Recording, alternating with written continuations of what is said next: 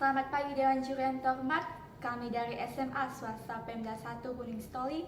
Izinkan kami memperkenalkan diri. Nama saya Wulan Rekia Zebua sebagai pembicara 1, Peres Omega Lauli sebagai pembicara 2, Alexandra Lase sebagai pembicara ketiga.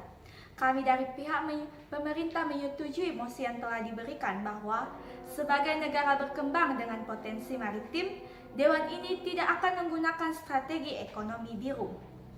Dewan Juri yang terhormat, ekonomi biru adalah strategi pembangunan ekonomi nasional yang mengandalkan sumber daya kelautan atau potensi maritim yang dimiliki oleh suatu negara. Dewan Juri yang terhormat, istilah ekonomi biru pertama kali diperkenalkan pada tahun 2010 oleh Gunther Pauli melalui bukunya yang berjudul The Blue Economy. Ekonomi biru menerapkan logika ekosistem selalu bekerja menuju tingkat efisiensi lebih tinggi untuk mengalirkan nutrien dan energi tanpa limbah untuk memenuhi kebutuhan dasar bagi semua kontributor dalam suatu sistem.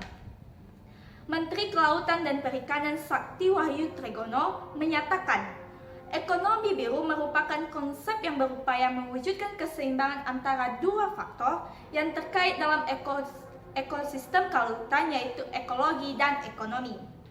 Dewan Juri yang terhormat, dalam negara berkembang, permasalahan pembangunan ekonomi terletak pada yang pertama, rendahnya produktivitas.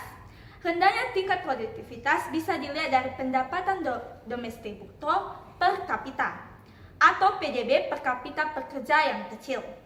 Penyebab pendapatan per kapita yang kecil karena rendahnya tingkat kehidupan dan kesempatan kerja, terutama bagi remaja yang memiliki tingkat pendidikan rendah atau tidak sekolah sama sekali. Ini menyebabkan pembangunan ekonomi yang tidak merata. Dewan Juri yang terhormat, masalah yang kedua yang dialami oleh negara berkembang adalah pasar dan informasi yang tidak sempurna. Pasar yang ada di negara berkembang cenderung tidak menyediakan informasi yang lengkap. Seperti pasar barang dan jasa umumnya cenderung tidak sempurna. Bahkan monopoli dan oligopoli bisa saja terjadi dalam pasar faktor produksi. Selain itu, sebagian besar informasi pasar hanya diterima oleh pengusaha yang mempunyai hubungan dekat dengan birokrasi yang bersangkutan. Melihat dari definisi serta masalah utama yang dihadapi negara berkembang, strategi ekonomi biru tidaklah efektif untuk mengatasi masalah pembangunan ekonomi di negara berkembang. Sekian dari saya, terima kasih. Dewan Juri yang terhormat, setiap negara pastinya menginginkan terciptanya kemakmuran. Kemakmuran dapat diperoleh salah satunya melalui kegiatan pembangunan ekonomi. Agar pembangunan ekonomi berjalan sesuai dengan tujuan, maka setiap negara hendaknya membuat strategi pembangunan ekonomi terlebih dahulu.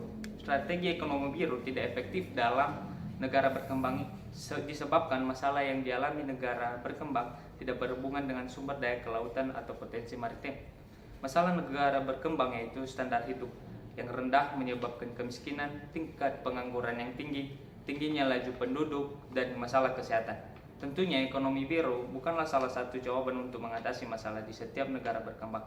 Selain itu, implementasi ekonomi biru di Indonesia menghadapi sejumlah persoalan, sehingga potensi yang diharapkan dari kelautan dan perikanan tak dapat dimanfaatkan dengan maksimal karena sumber daya manusia yang sangat terbatas sehingga tidak dapat maksimal untuk menggunakannya. Tanpa pembaikan dan kerjasama lintas kementerian, lembaga, serta perlibatan berbagai masyarakat sipil, target ekonomi biru berpotensi merusak sumber daya perikanan dan kelautan. Solusi yang lebih efektif yaitu satu, strategi pembangunan. Strategi pembangunan ekonomi suatu negara akan berpusat dalam upaya pembentukan modal, serta bagaimana menanamkan secara seimbang, menyebar, dan tepat. Dua, strategi pembangunan dengan pemerataan. Inti dari konsep ini adalah dengan ditekankannya peningkatan pembangunan melalui teknik sosial. Ketiga, strategi pendekatan kebutuhan pokok. Sasaran ini adalah menanggulangi kemiskinan secara massal. Strategi ini selanjutnya dikembangkan oleh Organisasi Pemburuan Sedunia pada tahun 1975 dengan menekankan bahwa kebutuhan pokok manusia tidak mungkin penuh jika pendapatan rendah akibat lapangan pekerjaan. Demikian. Dewan juri yang terhormat, seperti yang sudah rekan saya sampaikan dalam hal ini, kami sangat paham dan sadar bahwa strategi ekonomi biru adalah strategi pembangunan ekonomi nasional yang mengandalkan sumber daya kelautan atau potensi maritim yang dimiliki oleh suatu negara. Keunggulan dari pembangunan ekonomi biru adalah kelestarian keanekaragaman hayati laut dan ekosistem berkelanjutan, serta mata pencarian bagi pesisir. Akan tetapi, fakta bahwa Indonesia memiliki potensi maritim yang besar dan melimpah sayang tidak tercermin dalam kondisi sosial ekonomi masyarakat pesisir. Banyak nelayan yang hidup di bawah garis kemiskinan dengan kondisi lingkungan yang mengkhawatirkan. Ditambah lagi bantuan pemerintah berupa kapal Inkan Mina, misalnya banyak mengalami kendala dalam operasionalisasinya. Dengan keterbatasan pengetahuan dan ditambah lagi dengan tekanan ekonomi untuk memenuhi kebutuhan sehari-hari, menyebabkan aspek ekologi menjadi terabaikan. Penggunaan sarana dan prasarana penangkapan ikan seperti bom, potas, dan pokat harimau cenderung merusak keanekaragaman hayati dan biodata laut. Dewan juri yang terhormat, dengan adanya argumen ini kami sangat setuju bila sebagai negara berkembang dengan potensi maritim, Dewan ini tidak akan menggunakan strategi ekonomi biru. Maka, kami selaku tim pemerintah mempunyai solusi sebagai berikut.